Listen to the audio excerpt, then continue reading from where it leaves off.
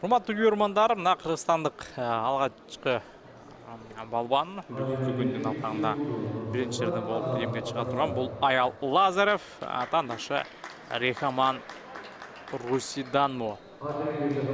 Кытайдык спортчуга каршы кезгелет. Аял Лазаревка ишеним артабыз.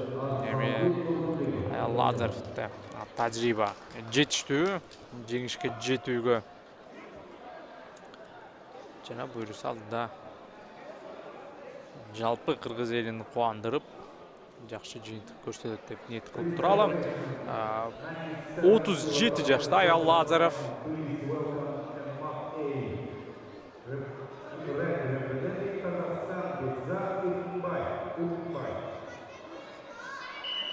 Эки миң жыйырманчы жылы Дүйнө кубогунда коло медаль жеңген. 2015 жылы Азия чемпиону болгон. Мындан тышкары Азия чемпионаттарынын бир жолку күмүш жана 3 жолку коло байге ээси. Рио олимпиадасында катышкан, Токио олимпиадасына катышкан. Бирок 2 жолу тең ийгиликтүү күрөш жүргүзө алган эмес. Токио олимпиадасында 2 күрөш өткөрүп экөөсүндө да жеңилген, бирок экөөсүндө тең ал өтө күчтүү атаандаштарга туш келип калгандыгын белгилеп коюшубуз керек. Биринчиси бул Гейбл Стевенсон америкалык. Бул жерде азыр Даро Туше болобу.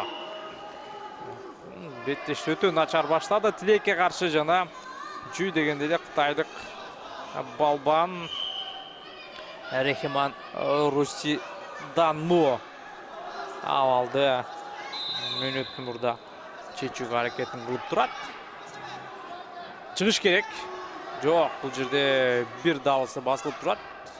Аягына чейин күрөш жүргүзүүдө азырынча 4 ұпай бар. Эгерде экинчи далдагы жерге тие турган болсо, калыс Тушени белгилеп коюшу мүмкүн. Кытайлык спортчу жаш, 24 жашта, азырынча Олимпиада оюндарында катыша элек. Чоңдор арасында дагы Дүйнө Азия чемпионаттарында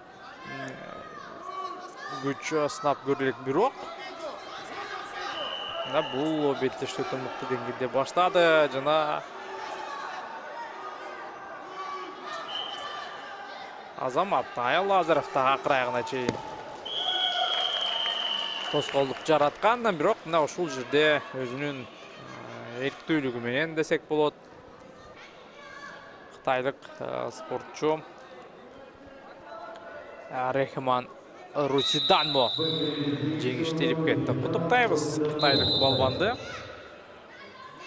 Аял Лазарев эмекелерге каршы жүрүшүн токтотот деп айтпай туралы.